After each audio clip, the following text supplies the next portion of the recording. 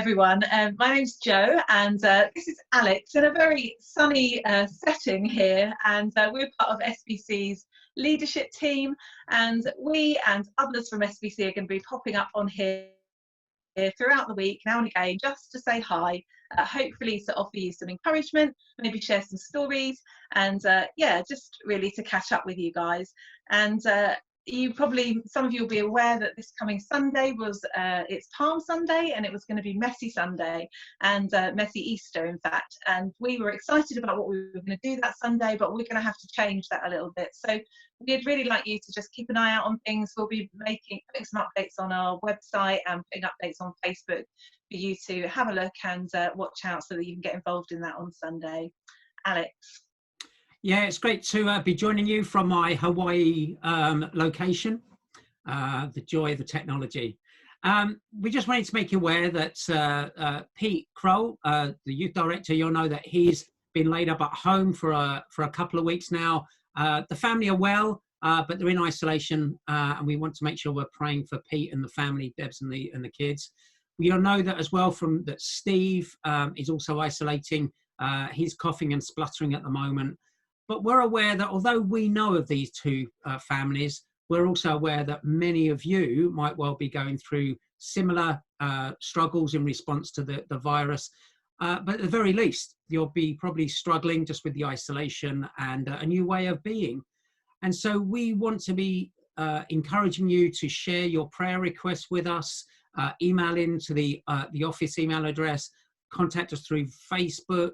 And if you need food parcels, we've got food packages, care packages available. Again, leave the details on the phone number, or you can even drop us an email message. That will be fine.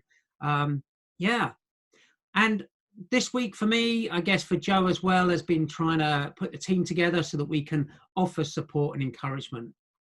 I think one of the keys for me is that we are often shaped by the things we see and what we notice. And a great story for me this week, I looked out the window and there was a police car. Now that's never a good thing, is it? You very rarely look out, see a police car and go, yippee, there's a police car outside. But there was some stuff going on, but that all settled down and that was fine. And then what we noticed was there was a little girl from a couple of houses up. And actually this policeman was showing her around his car. The dad was out there taking photos, and it was a lovely moment where this policeman became her teacher, and he was turning the lights on for her and clearly explaining what went in the boot, what was going on in different parts of the car. Although I saw the police car initially, by looking a bit deeper, what we saw was community being built.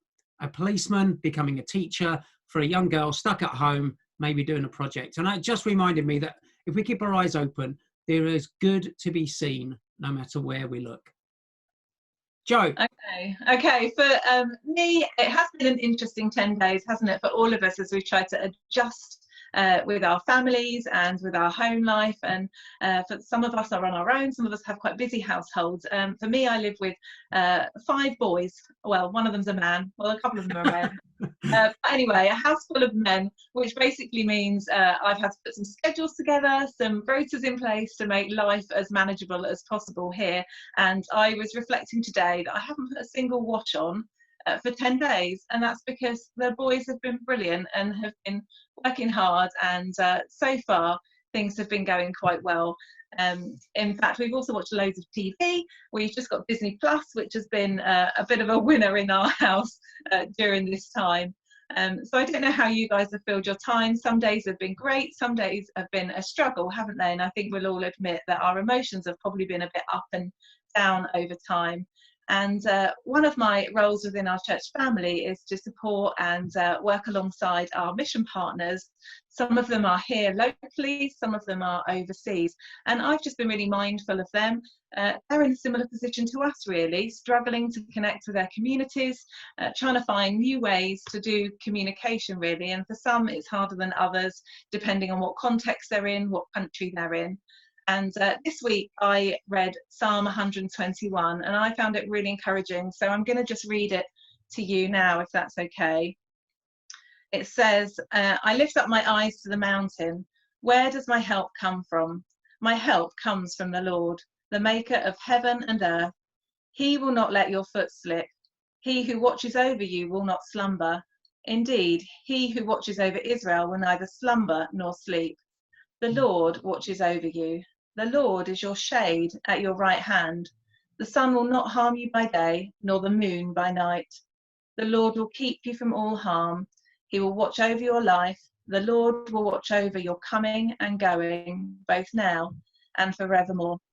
So my prayer for our mission partners and for all of us, for you, Alex, is that we can be mindful of that over the coming days and the weeks. And I'll be praying that God will give us peace in that, and that we can trust him, that he is watching over us and he's watching over our loved ones during this time.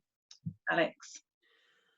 Finally, just want to point you to the website. There's a community page there where we're trying to list some activities and some connection points for all of us, whether you are whether you join us normally on a Sunday morning or whether you're part of the broader Stopsy Baptist Church family.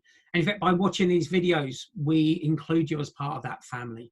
You know, the NHS is looking for volunteers and really want to encourage you to look at the site there and to sign up. There's a wide variety of opportunities there. And so just a reminder, we really want to be for you. We really want to engage with you. We want to understand what's going on and how we might support you better. So please do keep in touch. Please do get in touch. And let's not allow the self-isolation to lead to disconnection. And I just want to say that it is a joy to work with people like Jo. Jo is a great communicator and a great connector. She's a great organizer as well. She's trying really hard not to be majorly embarrassed by listening to this at the same time. But just, it's so brilliant to work as part of a team, part of a family, as it were. And so let's do that. Let's reach out. Let's connect with our neighbours to the extent that we can. And let's make sure we come off the back of this as a stronger family and a stronger community than the way we went into it. So bless you. Take care.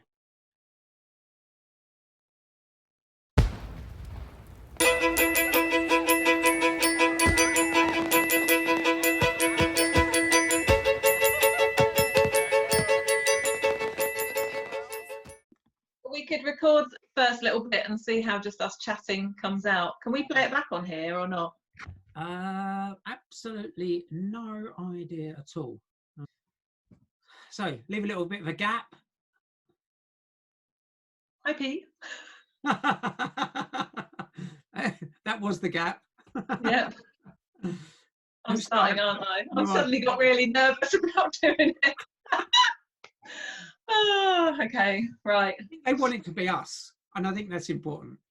And it was just a reminder that although I saw the police car, oh, sorry about that.